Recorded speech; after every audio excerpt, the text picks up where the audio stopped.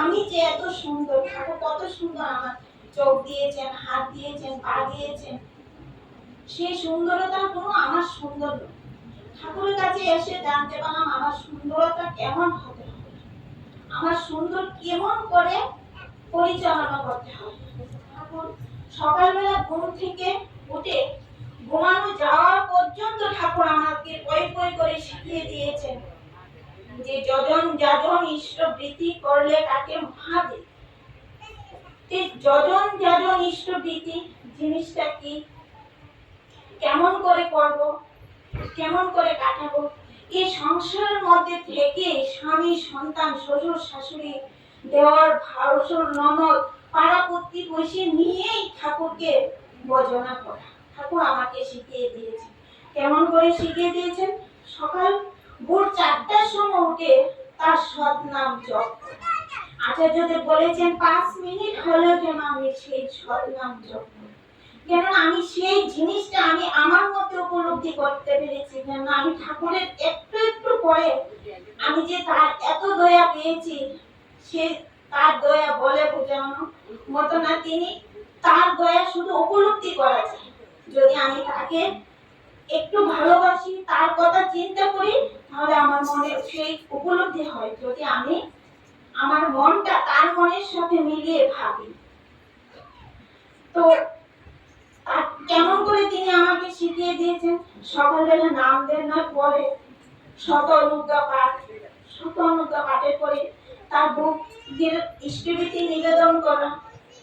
ইষ্টবৃত্তি নিবেদন করার পরে যদি আমার ঘরে শ্বশুর শাশুড়ি স্বামী থাকেন, তাকে মানে শ্বশুর শাশুড়ি স্বামী মানে আমার গুরুজন তারা যারা আছে তাদেরকে প্রণাম করা। ঠাকুর বলেছেন মা বাবাকে যে সন্তানরা প্রণাম করে রোজ দিন, এই পৃথিবীর কারো শক্তি নেই মানে তার উপরে আশীর্বাদ মানে ভাত দেওয়ার জন্য। কেননা তিনি ঠাকুর বলেছেন কড়াই পাওয়ার জন্যই না করে যে পেটে চাই দুঃখ তার কিছু নাই। তো আমি যদি সকালবেলা উঠে আমি আমার মা বাবাকে, শ্বশুর শাশুড়িকে, আমার স্বামীকে প্রণাম করি, তা আমাকে দেখে আমার সন্তানরা শিখবে। তাকে আর বলে বলে শেখানোর দরকার নেই, যখন আমি করব আমার সন্তান শিখবে। তার কাছে এসে এই জিনিসটা শিখতে পারে না, সংসার কত সুন্দর করে সাজানো যায়, নিজেকে কত সুন্দর করে সাজানো যায়। এত সুন্দর জীবন। আমি অনেকদিন আগে ঠাকুরকে অনেক বয়সে ধরেছি, কিন্তু বুঝতে পেরেছি যে ঠাকুরকে কেন আমি আরো আগে পেলাম না, ঠাকুরকে কেন আমি আরো আগে ধরতে পারলাম। তো আমি ঠাকুরকে সে সুন্দরভাবে ব্যাখ্যা করতে পারিনি তার কথা। তো আমি ঠাকুরকে ধরে কতটুকু তার কাছে যেতে পেরেছি তাও জানি না, কিন্তু আমি কেমন করে কতটুকু এগিয়েছি সেই কথাটা বলা। যখন আমার স্বামী 4 দিন মাংস খেত আর অনেক মানে ডিম মাছ অনেক কিছু তার প্রিয় ছিল, তো আমাদের বাড়িতে প্রত্যেক সোমবারে সৎসঙ্গ হয়।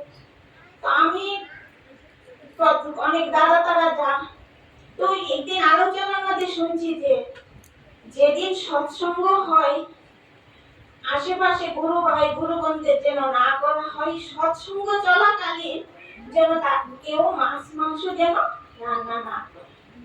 তো আমি উপলব্ধি করলাম যে আশেপাশে গুরু ভাইকে বলবো কি আমি তো বড় রান্না করে এসে সৎসঙ্গ দিই। সেদিন থেকে আমার মনের মধ্যে একটা প্রশ্ন, ঠাকুর কবে যে আমি তোমার সেই কথা পালন করতে পারবো, কবে যে আমি তোমার মনের মতো হয়ে উঠতে পারবো।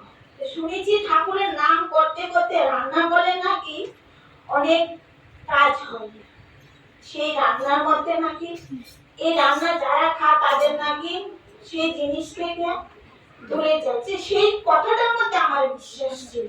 তো আমি বিশ্বাসে যখন আমি ওই জিনিসটি রান্না করতাম তীব্রভাবে ঠাকুরের নাম করতাম, আর মাংস যখন রান্না করতাম আরো বেশি করে মাংস ফোড়া দিতাম আর ঠাকুরের নাম জপতাম। একদিন যখন 100 মানে আমি বিস্তারিত ভাবে বলছি না, শর্টকাট করে বলছি, আচার্যদেব যখন 100 দিনের পরিক্রমা বেরোলেন তার কিছুদিন আগে অনেক দাদারা আমাদের বাড়িতে গিয়েছিলেন যেন তিনি যে আসবেন মানে পরিচালনার জন্য, গ্রামে দাদাদেরকে মায়েদেরকে শেখানোর জন্য যে কিভাবে ইয়ে করবেন। এখানে ঋত্বিক সুকান্তদা ছিলেন, রাজেশ দাও, আমাদের বাড়িতে আরো অনেক দাদারা ছিলেন। তাদেরকে দেখে সকালবেলা আমি মানে ঘরের দিরা লেপতাছি, এমন সময় দাদা তারা আমাদের বাড়িতে গিয়ে উঠলো। তো তারা দেখে আমার শুধু শুধু কান্না পাচ্ছে যে দেবদূতের মতন মানুষ আমাদের বাড়িতে আসলো।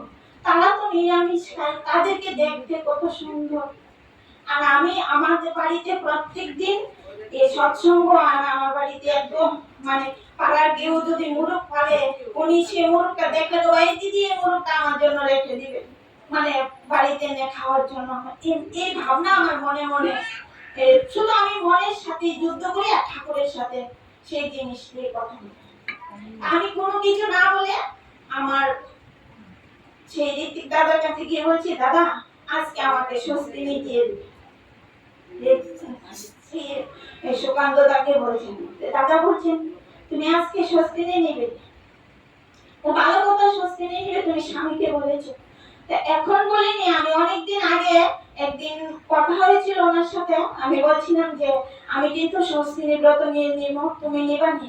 উনি বলছেন তোমার যদি ইচ্ছা হয় তো আমাকে এইসব স্বস্তিনী টস্তিনী নেওয়ার কথা বলো না, কেননা আমি এসব পারবো না। তাহলে তোমার ঠাকুরের কাছে যাওয়ার ইচ্ছা যাও, এইসব এর মধ্যে আমি তোমাকে বাধা দেব না। তো আমি এই দাদাকে এই কথাটা বলি, কয়টা তো অনেকদিন আগের কথা, যেহেতু তুমি কইছো তো তাহলে মনে পারবি। জানি না তিনি কি দয়া করলেন, ঠাকুরের কি দয়া হলো।